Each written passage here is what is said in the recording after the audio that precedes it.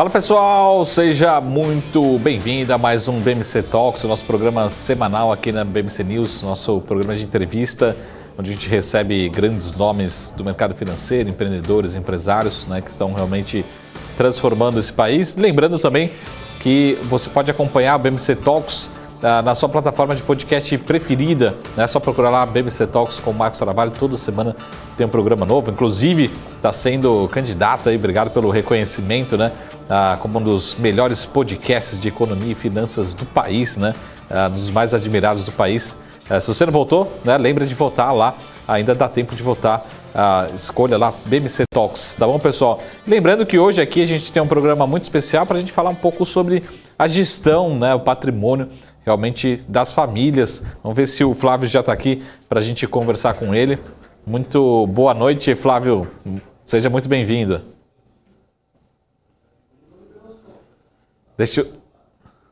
Ô, Flávio, deixa eu só, se você puder, acho que tá, não estou te escutando. Não sei se está mutado o seu áudio aí.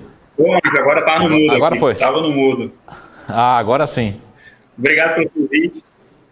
Prazer estar falando com você. Obrigado você. Até o Flávio, eu queria já entrar falando um pouquinho da história me corrige o nome, depois da 051, né? Capital. Não sei como é que você prefere que a pronúncia da gestora, mas e também falar um pouquinho da história. Mas antes de falar da história da 51, falar um pouquinho da sua história, né, Flávio? Como é que você chegou até aqui? Acho que é sempre bacana a gente falar um pouquinho que está por trás das empresas, o empresário, empreendedor, gestor, enfim, falar um pouquinho desse processo, até realmente, como vocês falaram, né, tomar a decisão de fazer gestão própria, depois acabar fazendo gestão de terceiros, falar como que que o Flávio chegou até aqui, né? Então vamos lá, deixa eu me apresentar, meu nome é Flávio Aragão, sou de Teresina, né, Piauí. Eu comecei a trabalhar no mercado financeiro com 18 anos, bem novo. Na época ainda estava sendo construída ali a indústria de plataforma financeira, né, então foi bem no início ali que a XP estava desenvolvendo aquela ideia de plataforma financeira. Fiquei trabalhando ajudando algumas famílias aqui do estado até 2016, 2017. Mais ou menos no final de 2017 eu começo a procurar um pouco o modelo da ideia de consultoria de investimento, né? Migrando, né, o modelo, eu achava que a tendência isso foi depois de uma viagem que eu fiz para os Estados Unidos, eu conheci um pouco lá do mercado e vi como era um pouco diferente, né, a estrutura do mercado de capitais lá. E aí eu falei, eu acho que o Brasil é os Estados Unidos há alguns anos atrasado, né, o mercado financeiro brasileiro. E aí falei, vou migrar para o modelo de consultoria. Nessa migração eu reencontrei, né, o Luciano Brockman, que é meu sócio atualmente, na 051, e expliquei para ele um pouco do projeto, e aí a gente falou, vamos fazer junto, então a ideia era tentar fazer uma coisa super alinhada, super independente, e realmente que a gente conseguisse entregar tudo que a gente acreditava, né? Tudo que a gente queria fazer com o nosso dinheiro, para o dinheiro de todo mundo. E ali surge a ideia da 051 e o que ela é hoje, né? Então a gente só tenta a gente vai falar, mudou muito pouca coisa do que a gente queria desde o início, e a gente só tenta melhorando, né? A gente tenta falando, vamos lapidando um pouquinho a ideia do negócio, vamos estruturando um pouquinho melhor, mas tá bem, até tenho orgulho de dizer isso, é bem parecido com o que a gente realmente fundou lá no início. Muito bom. E aí, até um pouquinho da história, eu queria que você contasse um pouquinho da história da própria companhia, de vocês, da 051, mas eu queria primeiro, antes disso, que você explicasse um pouquinho também do porquê, né? Porquê do nome, como é que a gente chega nesse nome, para a gente matar essa curiosidade.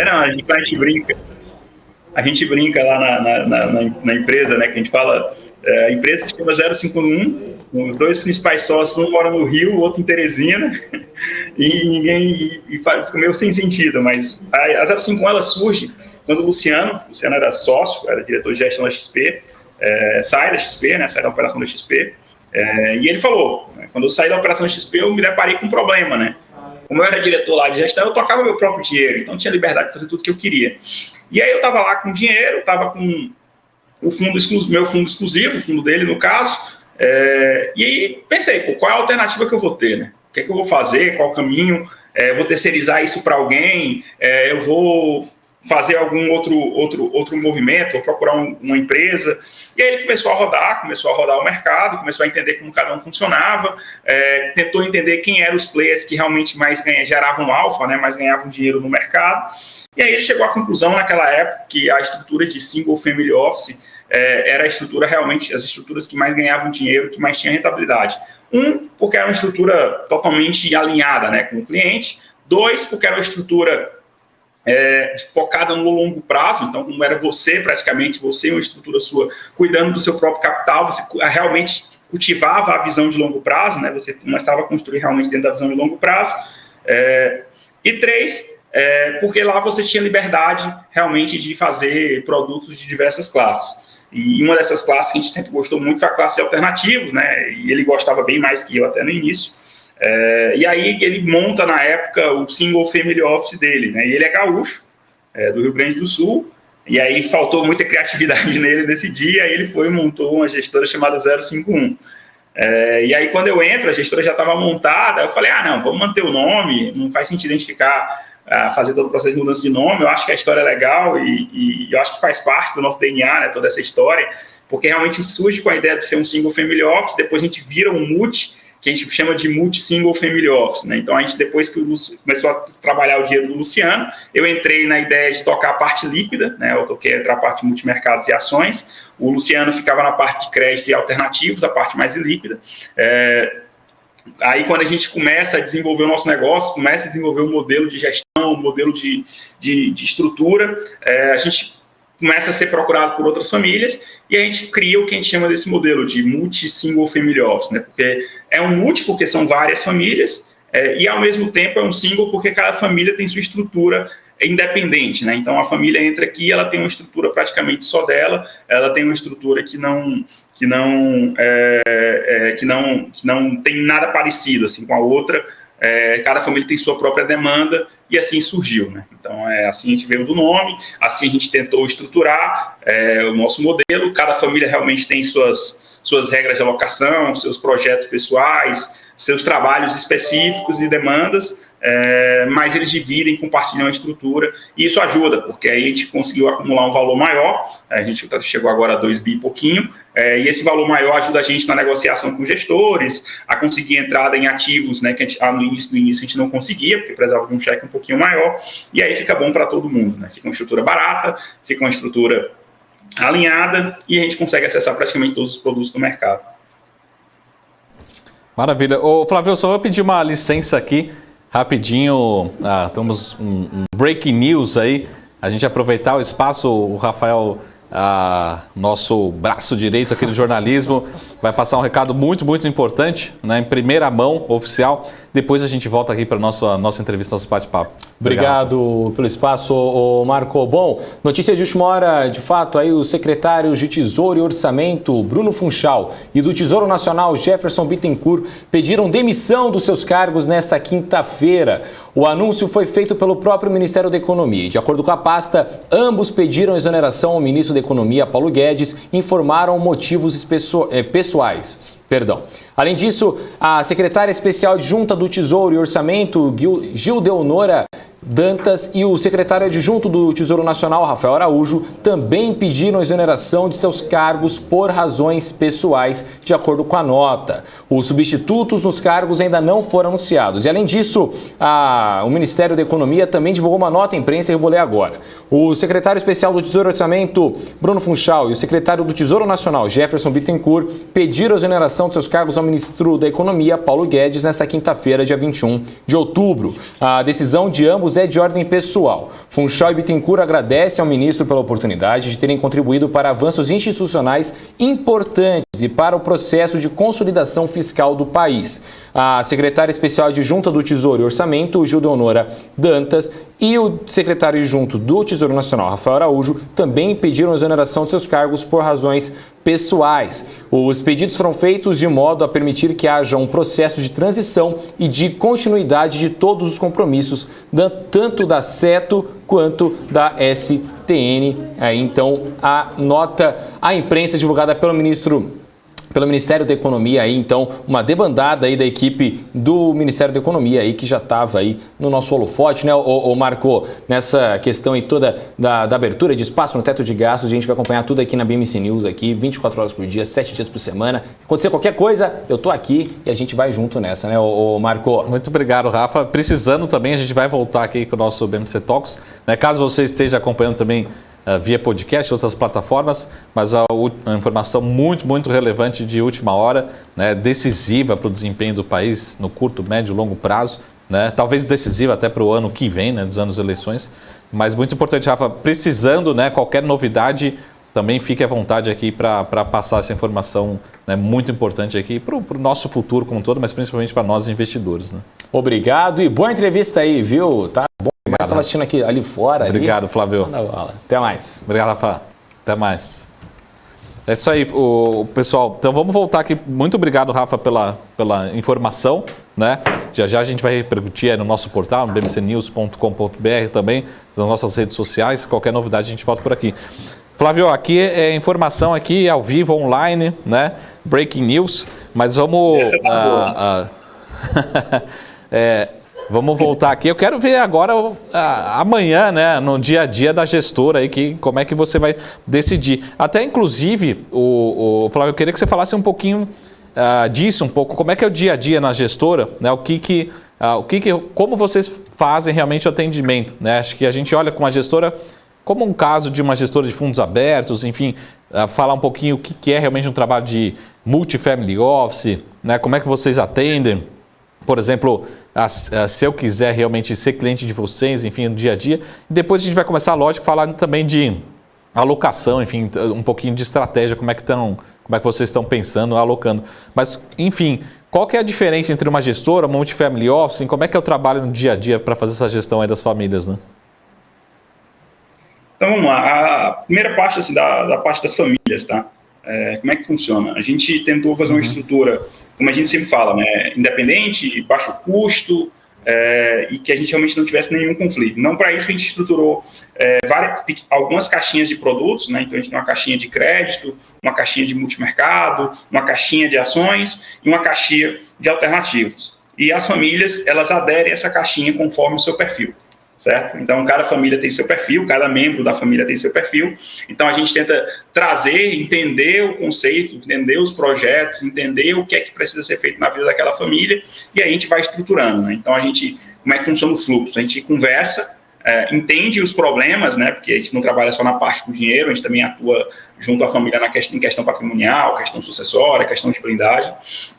Levanta todos os problemas, a gente até costuma falar, né, que a gente é um gestor de risco no final do dia, a gente tenta gerir o risco da família diversificando os investimentos, tenta gerir o risco da família tentando ajudar na blindagem, gerir o risco da família tentando ajudar nessa sucessão, né, para a forma que você consiga perpetuar. Então, a nossa principal função como Family Office é gerir o teu risco para que você consiga atingir seus objetivos e perpetuar teu patrimônio.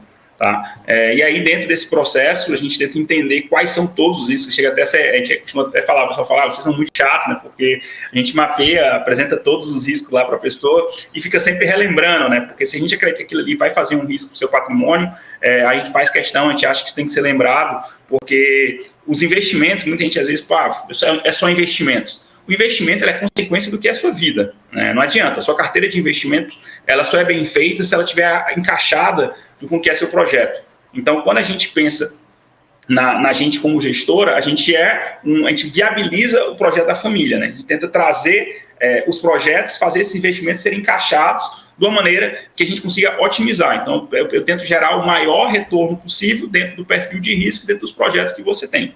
Tá? E aí a maneira que a gente encontrou nisso foi construindo fundos de diversas classes, e a gente vai tentando, e aí o nosso trabalho principal de gestão fica dentro dessas quatro classes que a gente citou. Tem algumas outras classes, né, que aí você tem juros, que a gente opera, mas aí não é tanto. Aí a parte internacional, que a gente também opera, mas aí é de forma mais passiva, a gente considera que a gente não tem nenhum diferencial competitivo para fazer internacional. Então, você beta lá fora, compra ETF, baixo custo, né? A gente tem uma tese assim de, baixo custo, paciência e tranquilidade, né? Assim, né? Lá fora, porque realmente é um mercado um pouco mais complexo e não é simples de você ter lá fora. Uhum. Maravilha. E assim, quando a gente fala de Quando a gente fala de uma gestora tradicional, vamos dizer assim, né? Então, por exemplo, aquela gestora X ali, ela é especialista em ações, aquela gestora especialista em multimercados, né? Se vocês têm alguma especialidade também, né? Ou depende muito, lógico, como você falou, da gestão de risco, do perfil, né? Quando a gente fala de um multifamily office? A gente é especializado em alocar. A gente fala que a especialização é ser alocador. A gente é especializado em alocar recursos. Então, tá baseado dentro do... A gente tenta alocar cada família, a gente trata com... Imagina que cada família é um fundo, e esse fundo dessa família tem que ser alocado perfeitamente em sincronia com a vida pessoal dela, com os projetos e com todas as estruturas patrimoniais que envolvem isso. Então, a nossa especialidade é alocar. Tá? Então, o trabalho de alocação é esse, né? De casar a parte patrimonial com a parte de investimentos. Uhum. E aí, a parte de subprodutos, tem algumas especialidades, né? Aí eu sou focado, especialista, né, de multimercado e ações, e o meu sócio é especialista de crédito e alternativos, né? Alternativos, para quem não sabe o que é private equity, venture capital, legal claims, distress, né? Que agora é uma classe que está começando a ganhar força no Brasil, que há pouco tempo você praticamente não ouvia falar, né? Uhum. Sim, sim. E só para falar um pouquinho do dia a dia também, se você puder apresentar, como você falou assim, rapidinho, qual que é o tamanho da equipe, os outros sócios, enfim, de uma forma geral, para entender, como você falou, também voltar ali, só para a gente recapitular um pouco dos números, né? Vocês passaram de 2 bilhões sobre gestão, falar um pouquinho do dia a dia, né? Da operação, né? Então vamos lá, a primeira parte que mudou muito de quando a gente construiu, né? Quando a gente construiu a gestora, a gente falava assim, vamos montar uma estrutura pequena, a gente vai ter lá uma pessoa no back-office, vamos ter nós dois na gestão, vamos ter tantos clientes e 5, 6 pessoas a gente toca o negócio. E aí a gente foi descobrindo que era montar um back-office, né? Que a gente nunca tinha passado por esse processo. Eu até brinco hoje em dia, eu falo, se um dia eu sair vender minha empresa ou fazer algum outro projeto, e alguém falar para mim que tem que montar novamente um back-office, eu já estou fora, né? Porque eu acho que foi uma experiência muito traumática. Então, a gente hoje tem uma equipe, eu acho que deve estar mais ou menos 16 pessoas, tá? 15, 16 pessoas, sempre precisando trazer gente nova, né? Sempre trazendo gente. Essa boa parte dessa equipe é back-office, né? Porque a gente faz a parte de batimento de cotas, movimentações, controle de risco.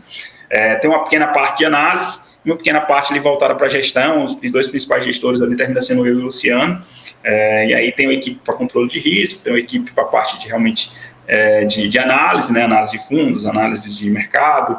Então a estrutura é mais ou menos essa. Hoje a gente está indo para 2,5 bilhões sobre gestão, a gente está crescendo devagarzinho, a gente tenta não pisar tanto no acelerador, a gente não faz o que eles chamam de prospecção ativa, né? A gente sempre faz uma prospecção muito passiva, a família fala, estou uma outra família que está passando por um processo parecido, eu queria que você fosse lá falar com ele, ou ela vai te ligar e vai atender você. A gente não faz prospecção ativa, né, no nosso projeto. Maravilha. E já falando agora acho que a grande dúvida, de uma forma geral, depois a gente pode falar um pouquinho do cenário, enfim, até depois dessa notícia, né, acompanhar, mas como é que de uma forma geral está a alocação, né? Não é a alocação, na verdade, eu digo assim, não é a alocação de vocês, mas a alocação das famílias, né, que você faz a gestão. Como é que hoje está esse balanceamento, né, em termos de diversificação, portfólio? Perfeito, vamos lá. Eu vou começar contando uma história do início da gestora, que é uma outra coisa bem legal que a gente foi encaixando, né? Quando a gente começa a gestora, eu tenho uma visão muito do dia a dia do mercado, né? E falava, multimercado é bom, ações é bom, eu acho que tem até ali a concentração do risco, né? E fugia muito daquele bem tradicionalzão. E o Luciano era um cara muito mais, não, vamos fazer uma construção de um portfólio, vamos ter uma boa parte da carteira em ativos líquidos, e sempre explicava lá o porquê, e a gente se chocou muito, né, por muito tempo. Termina que a gente tem uma gestão hoje muito complementar, eu sou um cara que acompanha muito mais do mercado no dia a dia para fazer alguns movimentos táticos, e ele termina que é o cara que faz a posição e mantém aquela posição um pouco mais estrutural. E aí o que acontece? A gente iniciou tendo uma diversificação média ali, padrão, muito mais concentrada dentro de multimercados e ações. Com o tempo foi passando, a gente fala, né, a gente foi descobrindo o que era Brasil, assim, no dia a dia de gestão mesmo, e vendo aqueles movimentos tipo hoje, né, assim, a coisa Parece uma coisa que só acontece no Brasil, né? Assim, vamos romper o teto aqui e der um movimento muito fora do tom. E aí a gente falou, não, vamos começar a organizar a carteira das famílias de uma forma que a gente consiga visualizar que está sendo feito no mundo inteiro. Tá? Então, a primeira grande mudança que a gente faz nas carteiras das famílias, que a gente primeiro fez na nossa, né, principalmente na do Luciano, a gente começou a aderir muito a ativos alternativos. Tá? A nossa primeira métrica era conseguir a nossa métrica ainda é essa, chegar ao final desse ano com 30% da alocação das famílias em ativos alternativos. A gente olha esse mercado de ativos alternativos, enxerga um mercado ainda super desarbitrado, com bons operadores aqui no Brasil, com poucos concorrentes dentro do Brasil nesse mercado de alternativos, o que permite que você realmente gere um potencial retorno muito grande.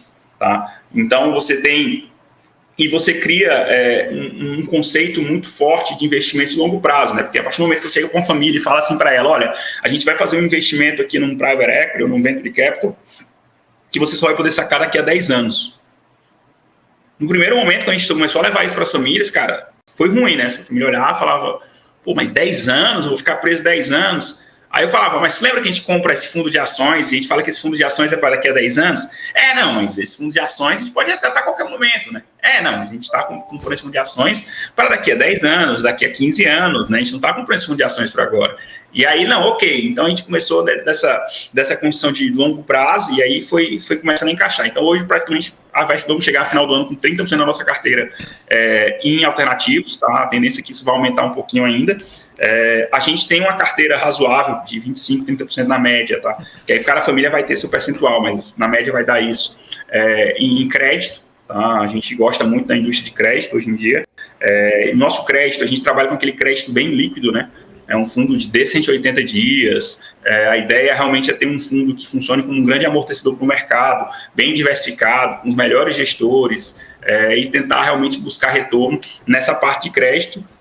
O Luciano tem uma cabeça muito de crédito. Historicamente, sempre deu dinheiro no Brasil, né? Uma carteira de crédito bem construída, mesmo em momentos muito turbulentos do Brasil, ela sempre foi muito consistente, né? E sempre gerou um alfa em cima do CDI. E o CDI, no final do dia, é muito forte no Brasil, né? O pessoal achava que o CDI tinha morrido e já está aí de volta. Então, realmente, a gente tentou construir essa carteira nessa linha. Então, a gente tem aí 30% mais ou menos, vamos botar 30% em crédito, acho que vai dar mais ou menos essa média. A gente tem hoje uns 20%, 25% em multimercado, tá? Multimercado já foi uma classe que a gente teve, era a nossa principal classe, e a gente veio reduzindo essa classe por uma série de fatores. A gente entendeu que quando esse movimento de juros agora, da curva de juros, muito, a indústria de multimercados começou a bater muito a cabeça, né? A gente conversava com um gestor de multimercado que historicamente não operava ações, aí o cara falava assim para mim, não, Flávio, é porque agora a gente está comprado em construtoras, porque como a curva de juros baixou, a construtora vai subir. No final do dia ele não estava comprando construtora, ele não estava avaliando se a construtora era boa, não. Ele estava comprando juros, achando que a construção civil ia andar por causa de juros, né? E aí você começou a ter um problema que aconteceu muito em 2020, a gente percebeu muito isso. Gestor de multimercado que não tinha experiência com ações, expondo a sua carteira de forma razoável em ações. E aí é o ano terrível, né? Você pegar o ano, a indústria foi terrível. E aí nisso me fez pensar muito, sabe? No que era a indústria, em como estava comportado, nos custos da indústria. E aí me fez reduzir um pouco essa exposição. A gente tentou mapear ali quem eram os principais players, como é que eles trabalhavam. A gente criou uma ideia de subclasses, né? Que eu acho que é só a gente trabalhar dessa maneira. Então, no multimercado, a gente tem 6 subclasses lá dentro e a gente diversifica a nossa carteira de multimercado dentro dessas 6 subclasses. A gente faz isso exatamente para evitar surpresa, né? Então, a gente chega para um gestor nosso, que a gente fala que é um gestor de juros e moeda, e se ele chegar para a gente falando assim, não, é porque eu perdi dinheiro operando ações, a gente fala, cara, não é teu perfil, é um lugar errado. Tu montou um fundo que é tua expertise, tu mesmo falou para mim que era juros e moeda, não é ações. Da mesma maneira, se a gente chegar e comprar um gestor de retorno absoluto, que é um gestor que pode ter muito mais ações, e falar que ele perdeu dinheiro porque estava, sei lá, operando crédito, vai ser uma grande surpresa para a gente, e a gente não quer ter essa surpresa, né? Então a gente começou a construir essa subclasse exatamente para facilitar, e a gente tirou um pouco o pé. E aí você tem 10% a 15% da carteira ali em ações. Nossa carteira de ações não é tão elevada.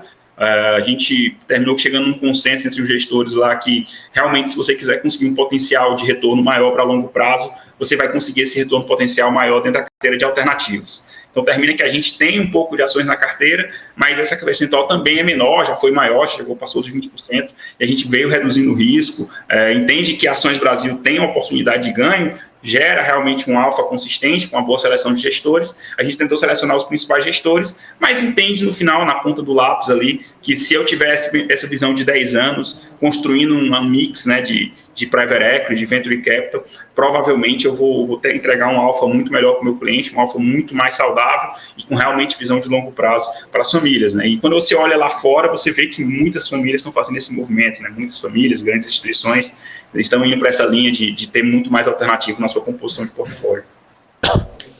Ô Flávio, quando você fala de um portfólio de alternativos, né? Duas perguntas que me vêm à mente. Primeiro, tem algum ativo, assim, por exemplo, que vocês se identificam mais ou veem oportunidade no sentido de alternativo mesmo?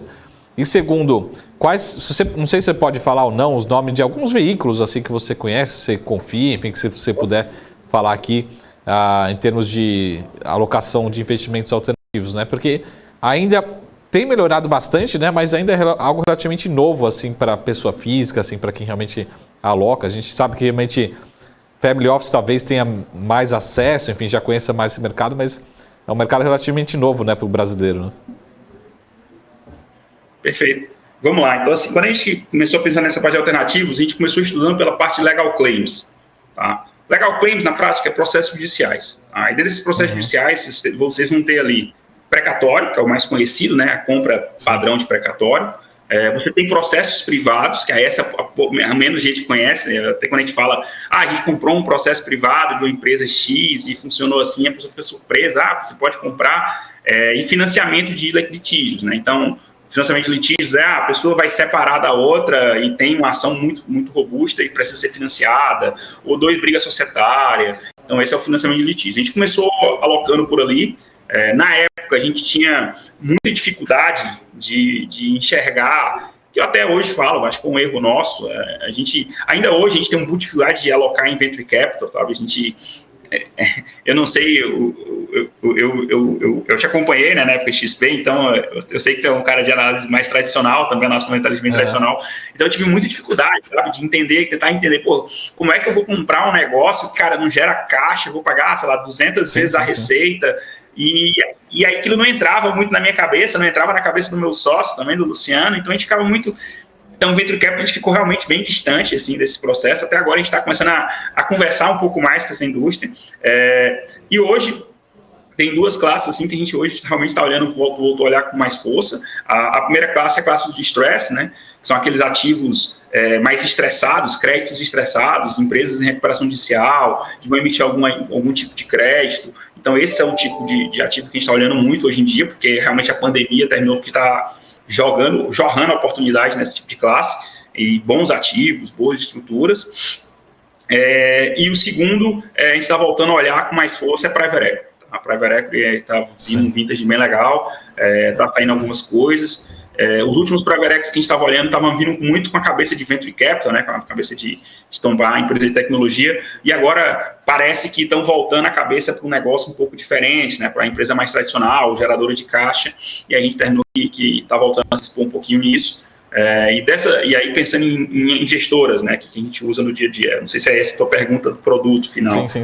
Mas pensando em gestoras, assim, que a gente tem de destaque para a gente gosta muito da Spectra. Tá? A Spectra é um excelente lugar para o cara que quer começar, porque ela é um fundo de private equity. Não sei se você conhece, mas assim, é um cara... O cara que tem contato é o Renato, meu sócio, acho o cara realmente muito bom, faz um trabalho super bem feito. Realmente é uma experiência legal, assim, esse trabalho deles com private equity.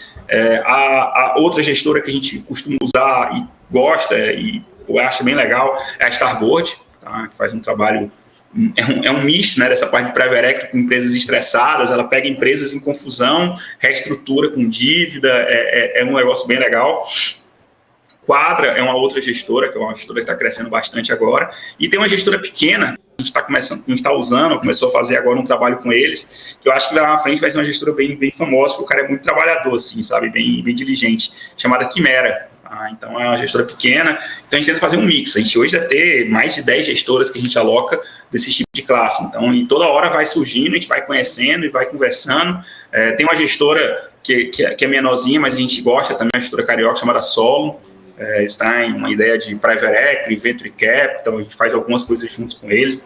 É um bom parceiro nosso também, um cara que eu acho que lá na frente também vai entregar um projeto bem legal. Então é isso, é um mix. Você tem uns caras mais tradicionais de mercado. A gente tenta evitar aqueles caras muito grandes, sabe, Marcos? Assim, o cara tá na sexta emissão, fazendo emissão de 7, 8 bi, que a gente entende que o nosso mercado ainda é um mercado muito pequeno. E quando você vai ver esses caras muito grandes, aí você vai começar a ver algumas coisas que fogem um pouco do padrão. O cara vai investir não mais só no Brasil, vai fazer América Latina.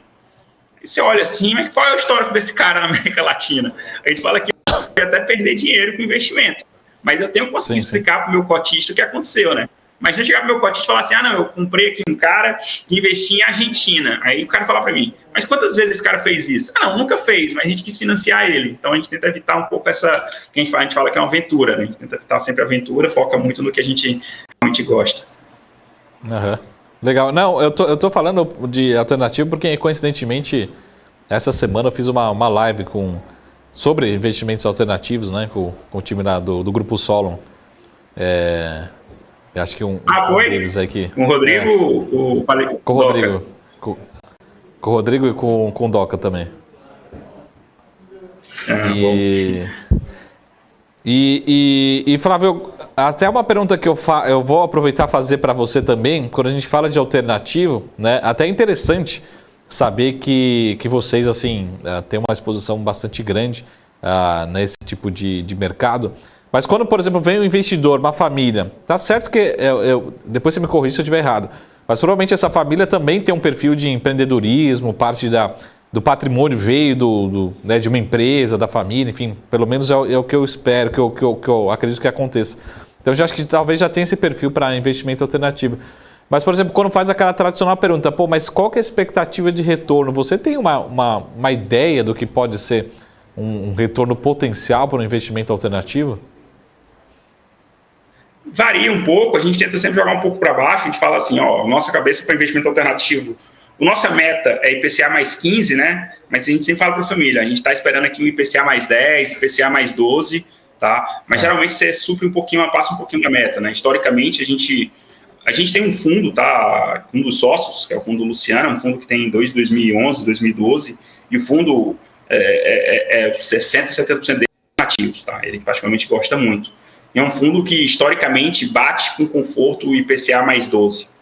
Tá? Ano a ano, consistentemente, ele vem batendo IPCA mais 12. Então, assim, eu sempre falo para a família IPCA mais 10, IPCA mais 12, mas sabendo que pode acontecer de vir IPCA mais 15, IPCA mais 20, já tem casos, né? Você tem vários casos e que vai acontecer, mas a gente tenta trabalhar um pouquinho mais. A gente tenta, o que a gente fala? Ações, IPCA mais 8, Venture Capital, IPCA mais 12, um Private Equity tradicional, Legal Claims, IPCA mais 10, crédito, IPCA mais 5, multimercado, IPCA mais 6. Então é assim que a gente tenta chegar bem para a família, só que as famílias falam que a gente assusta muito, né? Porque qual é a minha experiência? Minha experiência é a seguinte, olha, eu gosto de chegar para a família e dizer assim, qual é o teu pior cenário, entendeu?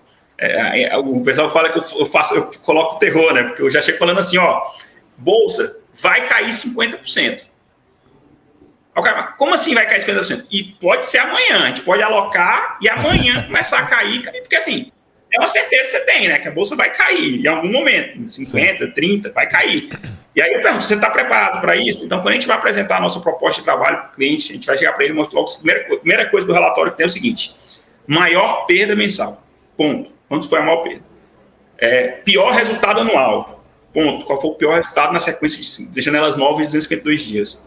Aí, depois disso, o cara fala para mim, ok, eu aguento, aí que a gente vai falar dos retornos. Porque eu evito falar dos retornos, porque às vezes o cara olha lá, não, tem um potencial de ganhar IPCA mais 10 nessa carteira, então o cara já esquece o possível prejuízo. Então eu foco assim, quanto é que tu pode perder aqui no cenário de estresse pesado? Tá ok para ti? Vai dormir tranquilo? O que a gente fala aqui muito no nosso cliente? Sim. Você tem que dormir tranquilo, cara, investimento. Eu vejo as pessoas, às vezes, eu converso com muitos amigos, falando, Flávio, eu tô dormindo mal, eu tô preocupado, eu acordo com a China. E não teve isso, assim, a pandemia, muita gente chega para mim e fala assim, como foi a pandemia para você? Foi tranquilo. Porque, assim, os clientes sabiam o que podia acontecer, A gente sabia os riscos que estava correndo. Então, assim, a gente não perdeu, a gente não teve problema com nenhuma família. A gente chegou a apresentar o resultado do mês ruim, a família olhou e falou, não, você já tinha avisado que isso podia acontecer, estava dentro do cenário de estresse, a gente apresenta o VaR máximo do fundo, né, a toda a exposição máxima, o risco máximo, e o cliente está alinhado com aquilo. Então, ele tem ciência e a gente tenta construir isso na cabeça dele. Cara, é longo prazo. Não existe mágica no mercado, eu não vou ter, você não vai ficar rico. A minha função não é te deixar rico, a minha função é te ajudar a perpetuar teu dinheiro. E para perpetuar, que a gente falava antes, né? Há um ano atrás, quem queria perpetuar patrimônio não podia pensar em ter dinheiro em renda fixa. Então, venhamos, há um ano atrás, o que a gente falava? A única certeza que eu tenho em renda fixa é que você vai perder a inflação. Então, a gente tem que tomar algum risco. Tá? Agora não, agora o cenário está mudando um pouquinho. Então, o que a gente está fazendo? Está tirando um pouco o risco da carteira. Porque a ideia é perpetuar, se eu acho que eu posso perpetuar, te ajudar a perpetuar com menor nível de risco, a gente vai tirar um pouquinho de risco da carteira. Tá ótimo. E aí, o Flávio, até acho que olhando para essa notícia que acabou de sair, essas últimas notícias, né, nessas últimas semanas, a gente está passando por um cenário relativamente de estresse, né? Então, bolsa bastante volátil, juros lá em cima, dólar lá em cima. A pergunta acho que depois você me corrige também se estiver errado, mas eu queria saber duas opiniões, né? Saber como é que está pensando, né, o time, o seu time, né, 051, e também se as famílias te ligam, falam assim, estou preocupado, né, como você falou, de investimento internacional, precisamos acelerar, precisamos sair do Brasil, enfim, porque são famílias que provavelmente têm acesso, né, a investimentos internacionais. Qual que é o tamanho da preocupação, né, hoje, que a gente tem com o cenário de hoje, que a gente consegue enxergar, né? Vou responder primeiro do internacional e depois eu volto para o anterior. Na internacional, o que foi que a gente fez? Qual é o comum do brasileiro? Quando a dólar sobe, quero mandar para fora. Não, vamos embora, vamos sair. Quando o dólar cai, não, agora não quero mais mandar, né? Então, o que foi que a gente fez? Quando a gente começou a ver o movimento do dólar subindo, a gente chamou as famílias e falou assim, gente, é importante internacionalizar o patrimônio. Vocês querem? Quem sentia conforto? Porque aqui, como tem muita família no Nordeste, no Nordeste ele não é tão 100% confortável para eles ainda. Tem muito aquele negócio de offshore, de como funciona. Aconteceu até com o Paulo Guedes, 2 semanas, não tinha nenhum problema, né? E foi construído. E aí você se assusta, né? Quando você fala, vamos abrir um offshore. O cara, como assim? Vou abrir um offshore? É crime, a Receita Federal. Então ainda tem um pouco disso. Então ele chegou e falou assim, quem quer fazer? Quer fazer? Vamos fazer assim, assim, assado. Beleza. Vou fazer bem que o seguinte, se o dólar bater tanto, a gente vai fazer tanto, se o dólar fizer isso, vai fazer isso. Fez toda uma escadinha. Aí a família, ok. Batia, remessa. Batia, remessa. Então, assim, terminou que a gente conseguiu fazer tudo que a gente queria. Hoje em dia, não tem nenhuma família, tá? Assim, nenhuma família. Uma das famílias que a gente conversa hoje pensa em dolarizar, tá? Hoje, assim, dolarizou, ficou confortável com o que estava dolarizado. Hoje a gente não tem nenhuma pressão de dolarização, assim. Sabe? A gente tem todo lá o planejamento, se tem alguma entrada de dinheiro, a gente já manda independente do dólar. Então, realmente, a gente não tem muito estresse com essa parte de dolarização. Nessa parte de alocação aí, tu falou da parte agora do cenário atual, né? Juros altos, dólares altos, tudo alto. A gente, como eu falei, eu sou a parte tática, né? Então, terminou que quando a gente começou a ver esse movimento, ali, no final de julho, a gente pegou uma porrada grande. Aí eu falei, não, vou dar uma rodada aqui com os gestores, vou conversar com os gestores que a gente aloca. Aí eu comecei a conversar com os gestores, aí a gente começou. Tinha um cara muito otimista, o outro estava otimista. E sempre o argumento era o mesmo, bolsa está barata, bolsa está barata, bolsa está barata. E aí começou aquela turbulência na China. Falei, rapaz, vamos fazer o seguinte, eu concordo que boa parte do que vocês estão falando está tudo muito barato. Mas a decisão nossa foi de vender beta, né? Ele falou, eu entendo que vocês querem estar comprado em algumas ações, o outro quer estar comprado em juros. Eu não quero estar tão exposto ao risco direcional Brasil. Era uma preocupação muito grande que eu tinha de eleição. Termina que você sempre fica muito... E gato escaldado, né? Assim, eu já peguei 2018, 2014, 2010 e já sabia ali como sempre vai funcionando. Então, assim, não, eu não vou tomar esse risco direcional. O que a gente fez? Manteve as posições, tá? Que a gente tinha que ter mesmo, só que a gente reduziu 1/3 da posição dos nossos clientes via beta. A gente vendeu o índice para pegar. Então, a gente pegava o fundo do cara e via lá, qual era a exposição dele de beta. Esse cliente, 100% que ele tinha, 35% da carteira dela era beta com IBOV. Então, a gente ia lá e vendia 10% de índice na carteira. O outro cliente lá, 25%. Ia lá e vendia 7,5% de índice. E aí, isso para a gente foi uma paz inimaginável, a gente nunca imaginou, tá, que fosse acontecer o que está acontecendo hoje. A gente já começou a desconfiar que poderia ter tido um evento maior dentro da parte política, porque a gente acompanha muito de perto Brasília, né? E a gente já tinha, também quando a gente conhece muito empresário, o empresário você sente antes, a economia real sente antes, né? As crises, a redução. Então, em setembro, a gente já tinha falado com os gestores, falaram, olha, clientes nossos varejistas têm reclamado que as vendas estão muito fracas, clientes nossos do setor tal estão reclamando que as vendas estão fracas. Então, ali a gente estava preparando. E aí, quando a gente começou a rodar Brasília, cara, Brasília estava um clima péssimo. Sim, péssimo. Assim, se você for ir para Brasília, você via que o negócio não estava legal, que tinha muita coisa já ali nos bastidores. As pessoas normais, elas não valorizam tanto pesquisa, né? Você vê pesquisa eleitoral, pesquisa erra, pesquisa isso. As pesquisas têm um peso diferente, né? E com o tempo a gente foi percebendo isso. Então eu falei assim, vamos manter esse nosso beta vendido. Não pensamos em aumentar o beta, a gente tinha algum receio, mas o que a gente já fez isso? A gente só reduziu o beta, tentou sentar com os gestores para entender o tamanho do buraco que a gente estava entrando, e aí nesses momentos muito confusos, o que a gente faz? A gente pega todos os gestores que a gente investe e praticamente fala com eles todo dia.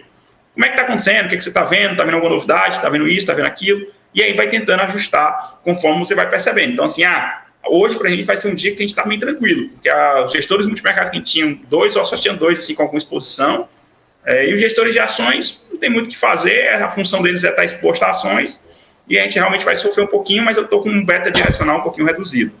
Tá? Então, a gente até vai sofrer um pouquinho, mas nada demais. Tá? Então, a minha função é essa. Como eu falei, é gerenciar risco no final. Né?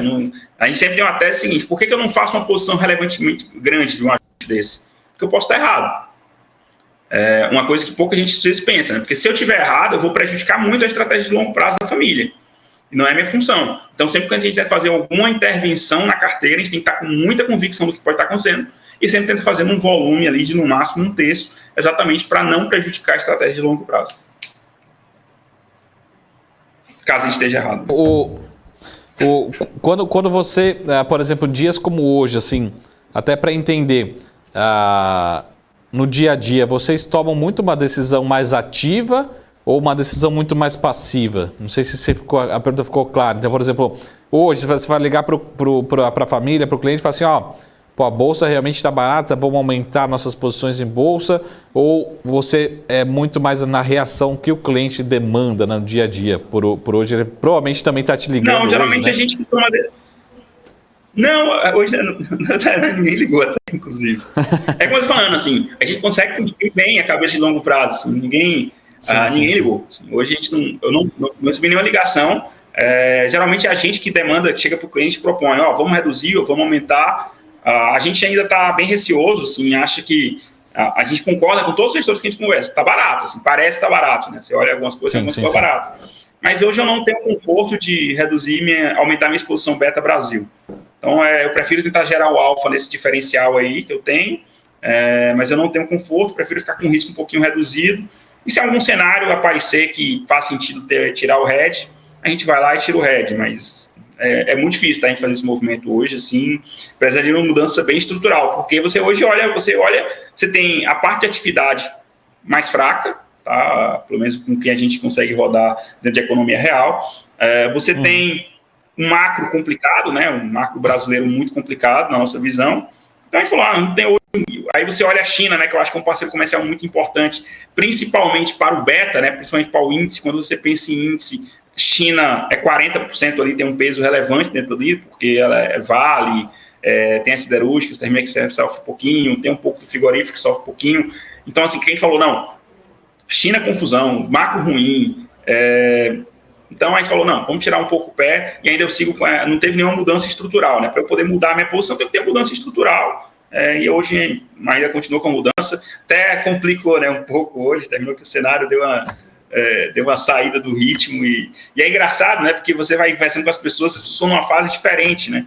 Eu até falo, estou me sentindo em 2013, 2014, sabe, Marco? Porque você vai conversar com os gestores, né? Aí antes saiu o relatório hoje eu converso muito com os gestores. Aí antes saiu o relatório da PEC, né? Eu falei, estava lá conversando com o cara estava bem pessimista, depois saiu o relatório da PEC e falou, o relatório não foi tão ruim assim. Eu falei, cara, o relatório veio confirmando tudo que a gente estava conversando agora, entendeu? Então também que as pessoas são sempre com um viés ali de querer ficar com uma situação um pouco melhor do que é. E aí depois, agora, final do dia, saiu a notícia do Funchal, que era uma notícia que a gente já estava no radar, e realmente a notícia, essa para mim foi a pior notícia, o cara super competente, o feedback é ótimo sobre ele, mas assim, já estava bem no radar essa notícia, ontem já tinha saído, né, alguns canais, e quem você conversa em Brasília já sabia que tinha esse risco. Vamos acompanhar a cena dos próximos capítulos.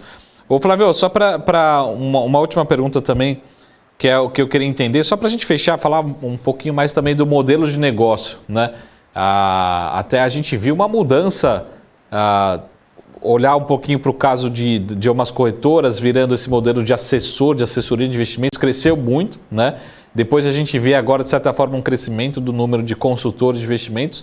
Mas eu queria entender, como é que você vê a evolução também das famílias, principalmente do seu negócio, né? Das famílias realmente delegando a gestão de terceiros. Você acha que é algo que ainda tem muito para crescer, né? Até vamos falar aqui também de concorrentes que acabam sendo parceiros, né? Você acha que é um negócio ainda que tem muito espaço para crescer? É realmente a tendência no Brasil? Está só começando essa parte de gestão de famílias, né? Eu acho que é um mercado gigante ainda, tá? Esse é um mercado que está muito dentro do banco, e as famílias estão começando a descobrir agora uma vida fora do banco, né? Porque dentro desse mercado de famílias, existem alguns pontos, né? Primeiro ponto, diferente um pouco ali do varejo, que eu já atuei dentro do varejo, rentabilidade não é o alvo, né? Você tem um aspecto de serviço muito importante. Serviço, qualidade de serviço, qualidade da prestação de serviço. Então, você tem um ponto de serviço que é muito importante dentro dessa indústria. E quando a família começa a colocar o pé fora do banco, ela começa a sentir muito nisso. Tá? E aí você tem profissionais excepcionais dentro de bancos que estão travados, né? Porque termina, e eu acho que o banco não está errado, tá, Marcos? Então, porque como é que funciona dentro de um banco hoje? Você entra na estrutura de um banco, você tem uma estrutura um pouco mais travada, porque é uma estrutura muito grande, tá? Então, essa estrutura do banco, ela te encaixa em potes, né? Até a gente brinca que eu sou muito amigo do pessoal dos bancos, e aí eles falam assim para mim: Flávio, mas é porque esse cliente é perfil 1, perfil 2, perfil 3. Então, assim, você vai entrar num perfil do banco, né? Então, se você é uma família, sei lá, muito grande, faz sentido para você não ter o seu perfil, ter o perfil de terceiro. E para o banco não faz sentido para eles ter um atendimento muito personalizado, porque é você e mais muitos, né? E o profissional termina que fica muito restrito, porque ele tem o compliance, ele tem as regras do banco, e você vê, cara, vocês vê, é impressionante. Tem muito conhecido meu que estava em bancos, depois saiu de banco para abrir a própria estrutura. Cara, a qualidade do cara aumentou muito, porque ele sai do compliance, sai... Por exemplo, um cara que eu vou fazer, que eu acompanhava. Tu era um cara que trabalhava de analista lá dentro da XP, e pós-XP muda, né?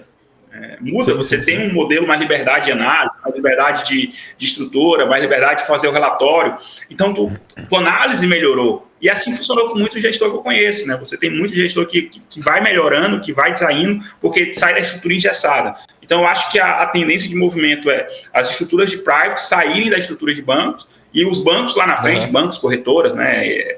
Eles vão terminar que vão ter que comprar vários family offices desses para ter cada um uma estrutura de um family office um pouco mais personalizada por região, por alguma coisa assim, porque as famílias maiores vão começar a descobrir o que é o atendimento do family office, o que é a personalização, o que é sentar do lado. A gente tem um cliente que falou uma vez uma frase para a gente, foi assim: cara, a melhor parte que eu achei de vocês foi quando a gente sentou numa reunião e eu senti, porque tinha alguém do meu lado que entendia de investimento. Porque quando ele falou que sentava com a instituição financeira, ele sentia que a instituição financeira querendo vender coisa para ele, né? E que é muito comum, né? Que você muda um pouco da tua relação. E aí pesa pra caramba, né? Eu acho que aí você tem um mercado gigantesco e gigante mesmo. Se olhar esses private banks dos principais bancos, dos principais financeiros, está falando de mercado de quase trilhão, né? E concentrado em não muitas famílias, né? Você vai ter lá, sei lá, 3, 4 mil famílias. Então, é um mercado que eu acho que tem muito para crescer, e é um mercado que gera muito cross-selling, né? Porque você gera investimentos, você gera família que tem com poder potencial, você é conselheira de outras empresas, e então realmente acho que tem muita coisa legal, e é um mercado que está realmente começando a crescer. A gente decidiu vir para o Nordeste, o que a gente olhou, né? Tinha São Paulo, Rio e o Brasil, né? E aí a gente falou: caramba, vou ficar em São Paulo, Rio, vou para o Brasil, vou para o Nordeste, onde eu já conhecia, e aqui realmente no Nordeste a gente está se dando super bem, mas termina que o mundo sempre move você para São Paulo de novo, né? Então a gente começou a ter que abrir um braço em São Paulo, porque realmente é o centro financeiro e as principais famílias estão lá. Mas é um mercado que eu acho que vai ser o próximo grande... eu costumo falar, né, que o e-commerce, o próximo grande a ser disruptado é o alimentar, né? Dentro do mercado financeiro, eu acho que a próxima grande disrupção vai ser dentro do mercado de private, de family office. Uhum. Muito bom. Estivemos aqui com o Flávio Aragão. Flávio, também queria que você deixasse aqui o site, só para confirmar que é 051, né? É normal, né? O numeral mesmo, 051capital.com, né? O site oficial, né? Exatamente. E aí, sempre quiser me encontrar, vocês podem falar aqui, mas eu sempre estou dando a opinião, comentando lá onde vocês até falam também, pessoal da Investify, sou lá contribuidor, então sempre quiser me encontrar, ou no Twitter também, eu estou sempre tentando palpitar, né? O pessoal fala, eu sou o famoso palpiteiro, né? Fico lá palpitando das coisas. Então, mas se quiser encontrar a gente, 051, e está sempre à disposição. Muito bom. Pô, Flávio, muito obrigado pelo bate-papo, parabéns pelo trabalho aí. E vamos marcar mais vezes, vamos atualizar mais vezes. Bate-papo muito bom. Parabéns aí de novo pelo trabalho, obrigado, parabéns para todo o time. Parabéns a você, o trabalho da BMC está fantástico. Valeu, Flávio, uma ótima noite. É isso aí, pessoal. A gente esteve aqui com o Flávio Aragão, é um dos sócios responsáveis pelo Multifamily Office, né, que faz gestão aí de famílias, né, gestora. Lembrando, pessoal, sempre acessem o site oficial 051capital.com, até para bater um papo com o time, acompanhar também o trabalho por lá. Tá? Lembrando que a gente está sempre todas as quintas-feiras aqui na BMC News com o nosso BMC Talks, mas lembre também que você pode acompanhar pela sua plataforma de podcast preferida. Só procurar BMC Talks com o Marcos Saravari. Toda semana tem programa novo. Lembre de votar, que a gente está concorrendo aí com um dos podcasts mais admirados do país nesse ano de 2021. Tá? Muito obrigado pelo reconhecimento. Mandem sugestões de nomes, pautas, enfim, de assuntos. Tá? E toda quinta-feira a gente está por aqui. Vamos acompanhar também qualquer novidade aqui na BMC News e também em bmcnews.com.br. A gente se vê aqui na quinta-feira que vem no nosso BMC Talks. Uma ótima noite. Até mais. Tchau.